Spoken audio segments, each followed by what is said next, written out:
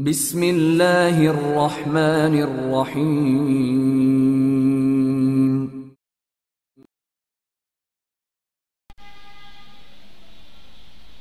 Golden send, Imran series, مصنف مظہر کلیم MA۔ اوہ، تم نے پھر وہی بکواس شروع کر دی۔ چلو، کلثوم نے غصیلے لہجے میں کہا تھا اور عمران کا بازو پکڑ کر دروازے کی طرف گھسیٹنے لگی تھی۔ سنو، اپنے ڈیڈی کو یہیں بلا لو۔ مجھے شک ہے کہ تمہارے ملازموں میں سے کوئی مجرموں کے ساتھ ملا ہوا ہے، اس لیے میں اصل حریے میں باہر نہیں جانا چاہتا۔ جاؤ، انہیں یہیں بلا لو، میں نے ان سے ضروری باتیں بھی کرنی ہیں۔ عمران کا لہجہ یکلخت اس طرح سنجیدہ ہو گیا کہ کلثوم بے اختیار اس کا بازو چھوڑ کر 2 قدم پیچھے ہٹ گئی۔ وہ بحیرت سے عمران کا چہرہ دیکھ رہی تھی، جیسے اسے یقین نہ آ رہا ہو کہ اس قدر سنجیدہ چہرہ واقعی عمران کا ہو سکتا ہے۔ جو میں کہہ رہا ہوں وہ کرو، ورنہ ہو سکتا ہے کہ بات صرف نتاشا تک محدود نہ رہے۔ عمران نے اسی طرح سخت لہجے میں کہا۔ اوہ، تو یہ بات ہے، ٹھیک ہے، میں انہیں لے آتی ہوں، کلثوم نے کہا اور جلدی سے دروازے کی طرف بڑھ گئی۔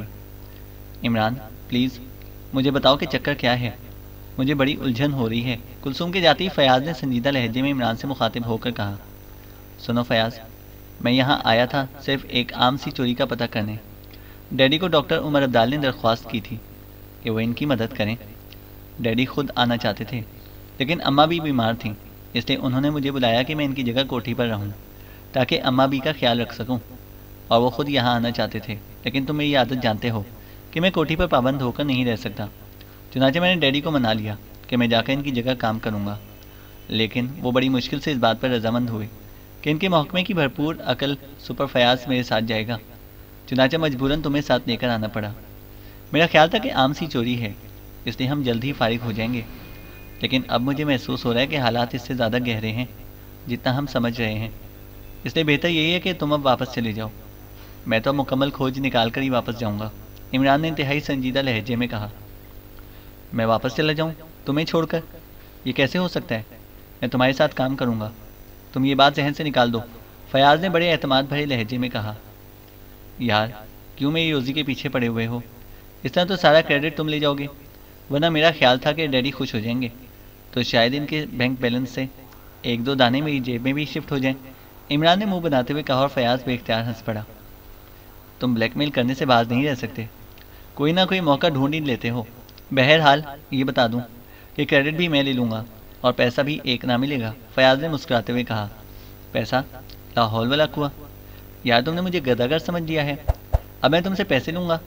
تم بتاؤ تمہیں کتنے پیسے چاہیے، میں تمہارا منہ پیسوں سے بھر دوں گا۔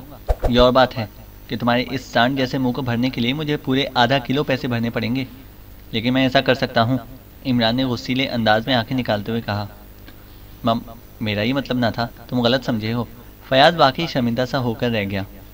میں نہیں، بلکہ تم غلط سمجھتے ہو، میں تو صرف سادہ چیک کی بات کی تھی، صرف تمہارے دستخط شدہ سادہ چیک۔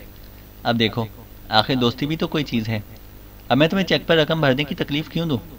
ویسے بھی افسر صرف دستخط کرتے ہیں، یہ باقی لکھائی پڑھائی تو ماتحتوں کا کام ہوتا ہے، عمران نے کہا اور فیاض ہنس پڑا۔ تم پکے سور ہو۔ بہرحال یہ طے ہے کہ نہ چیک ملے گا اور نہ ہی رقم، فیاض نے ضدی لہجے میں کہا۔ اچھا، پھر واپسی کا خرچہ کچے سور کے ذمہ۔ ہم ابھی واپس جا رہے ہیں، کتبہ ڈاکٹر صاحب کو مل گیا ہے، ہمارا کام ختم، عمران نے بڑے خشک لہجے میں جواب دیتے ہوئے کہا۔ مگر تم تو کہہ رہے تھے کہ حالات اس سے زیادہ گہرے ہیں، فیاض نے چونک کر کہا۔ بس میرا صرف خیال تھا، اس خیال کی گہرائی کھودنے کے لیے بڑی ہیوی مشینری چاہیے، اور مشینری خریدنے کے لیے رقم کی ضرورت پڑتی ہے۔ چلو چھوڑو، کیا ضرورت ہے خواہ مخواہ کی بک بک کرنے میں پڑنے کی؟ واپس چلتے ہیں، جا کر ڈیڈی کو رپورٹ دے دوں گا کہ سپر فیاض تو بس مہمانی کے لطف لیتا رہا ہے، یا ڈاکٹر عمر عبدال کی نوجوان اور خوبصورت بیٹی کے ساتھ ہوٹل یاترا میں مصروف رہا ہے۔ البتہ میں نے تھوڑی سی کوشش کی ہے تو کتبہ واپس آ گیا ہے، عمران نے کہا۔ تم واقعی بڑے شیطان ہو۔ اچھا ٹھیک ہے، میں تمہیں چیک دے دوں گا، لیکن سادہ نہیں، لکھ کر دوں گا، فیاض نے آخرکار ہتھیار ڈالتے ہوئے کہا۔ چلو صرف پہلا ہندسہ لکھ کر دے دینا، باقی صفر رہنے دینا، وہ میں خود ہی ڈال لوں گا، عمران نے مسکراتے ہوئے کہا۔ نہیں، 1 کا ہندسہ اور 3 صفر ڈال کر دوں گا، فیاض نے سر ہلاتے ہوئے کہا۔ چلو ایسے ہی صحیح، کسی ہوٹل میں بیٹھ کر اس کا ناشتہ کر لیں گے، عمران نے منہ بناتے ہوئے کہا۔ بس اس سے زیادہ نہیں مل سکتا، فیاض نے فیصلہ کن لہجے میں کہا، اور پھر اس سے پہلے کہ عمران کوئی بات کا جواب دیتا دروازہ کھلا اور ڈاکٹر عمر عبدال اندر داخل ہوئے۔ ان کے پیچھے کلثوم تھی۔ عمران اور فیاض دونوں احتراماً اٹھ کھڑے ہوئے۔ یہ تم نے کلثوم سے کیا کہا ہے کہ میرے ملازموں میں سے کوئی غدار ہے؟ نہیں، ایسا ہونا ناممکن ہے۔ یہاں سارے ملازم میرے پرانے نمک خوار ہیں، اور جہاں تک نتاشا کا تعلق ہے، ہسپتال میں بھی ڈاکٹروں نے پوسٹ مارٹم کے بعد یہی رپورٹ دی تھی کہ اسے ہارٹ اٹیک کا شدید حملہ ہوا ہے۔ انسان کے ساتھ ایسا ہو سکتا ہے۔ اب دیکھو، جان آرنلڈ بھی تو اچانک اپنے گھر کی سیڑھیوں سے گر کر مر گئے۔ پروفیسر عمر عبدال نے کرسی پر سے بیٹھتے ہی تیز تیز لہجے میں کہا۔ جان آرنلڈ؟ اوہ، جہاں تک مجھے یاد ہے وہ مصری آثار قدیمہ پر بین الاقوامی طور پر اتھارٹی سمجھے جاتے تھے۔ عمران نے بری طرح چونکتے ہوئے کہا۔ اس کی پیشانی پر شکنوں کا جال سا پھیل گیا تھا۔ ہاں وہی، سر کمال عبداللہ اور جان آرنلڈ دو ہی ایسے آدمی تھے جنہیں ان معاملات میں پوری دنیا میں اتھارٹی تسلیم کیا جاتا ہے۔ ڈاکٹر عمر عبدال نے سر ہلاتے ہوئے جواب دیا۔ کب فوت ہوئے ہیں جان آرنلڈ؟ عمران نے ہونٹ بھیجتے ہوئے کہا۔ ایک روز پہلے کی بات ہے۔ وہ دوسری منزل کی سیڑھیوں سے نیچے اتر رہے تھے کہ پیر پھسل گیا اور وہ نیچے گرے۔ ان کی گردن کی ہڈی ٹوٹ گئی۔ ڈاکٹر عمر عبدال نے جواب دیا۔ ان کی رہائش گاہ کہاں ہے؟ عمران نے پوچھا۔ کیوں، تمہیں اس میں بھی کوئی شبہ نظر آ گیا ہے؟ ایسی بات نہیں، پولیس نے تفتیش کر لی ہے، وہ واقعی سیڑھیوں سے گر کر ہلاک ہوئے ہیں۔ ڈاکٹر عمر عبدال نے ناخوشگوار لہجے میں کہا۔ میں نے ان کی رہائش گاہ پوچھی ہے تاکہ میں وہاں جا کر ان کی وارثوں سے تعزیت کر سکوں، آخر وہ بہت بڑے عالم تھے۔ عمران نے خشک لہجے میں کہا۔ اوہ اچھا، وہ نیو ٹاؤن کی کوٹھی نمبر 10 میں رہتے تھے۔ ان کا ایک لڑکا ہے آرگن، لیکن حیرت کی بات ہے کہ باپ کی وفات پر موجود ہی نہ تھا، اور نہ ہی اس کا کوئی پتہ ہے کہ وہ کہاں گیا ہے۔ ویسے بھی وہ آثار قدیمہ میں خاصی دلچسپی لیتا رہتا تھا، لیکن بہرحال باپ جیسا تو نہیں ہے۔ اس کے والد کی خدمات کے پیش نظر مصری حکومت نے اسے محکمہ آثار قدیمہ میں کسی شعبے میں اعزازی طور پر اٹیچ بھی کیا ہوا تھا۔ ڈاکٹر عمر عبدال نے کہا۔ اچھا، یہ بتائیں کہ وہ کتبہ جو نتاشا لے کر آئی تھی وہ اصلی ثابت ہوا ہے؟ عمران نے پوچھا۔ ہاں بالکل اصلی ہے، ہم نے باقاعدہ اس سلسلے میں ماہرین کی ٹیم بلوائی، اور اس میں سر کمال عبداللہ بھی شریک تھے۔ جان آرنلڈ اگر زندہ ہوتے تو یقیناً وہ بھی شامل ہوتے۔ بہرحال سر کمال عبداللہ بھی کم نہیں ہیں، اور انتہائی گہری تحقیقات کے بعد سب نے متفقہ طور پر اسے اصل قرار دے دیا ہے، اور اس طرح میرے ذہن سے ایک بہت بڑا بوجھ اتر گیا ہے۔ اب میں ذہنی طور پر آزاد اور ہلکا پھلکا ہوں۔ ڈاکٹر عمر عبدال نے مطمئن انداز میں مسکراتے ہوئے جواب دیا۔ کیا اس کتبے کی کوئی فوٹو کاپی مجھے مل سکتی ہے؟ عمران نے چلنے میں خاموش رہنے کے بعد پوچھا۔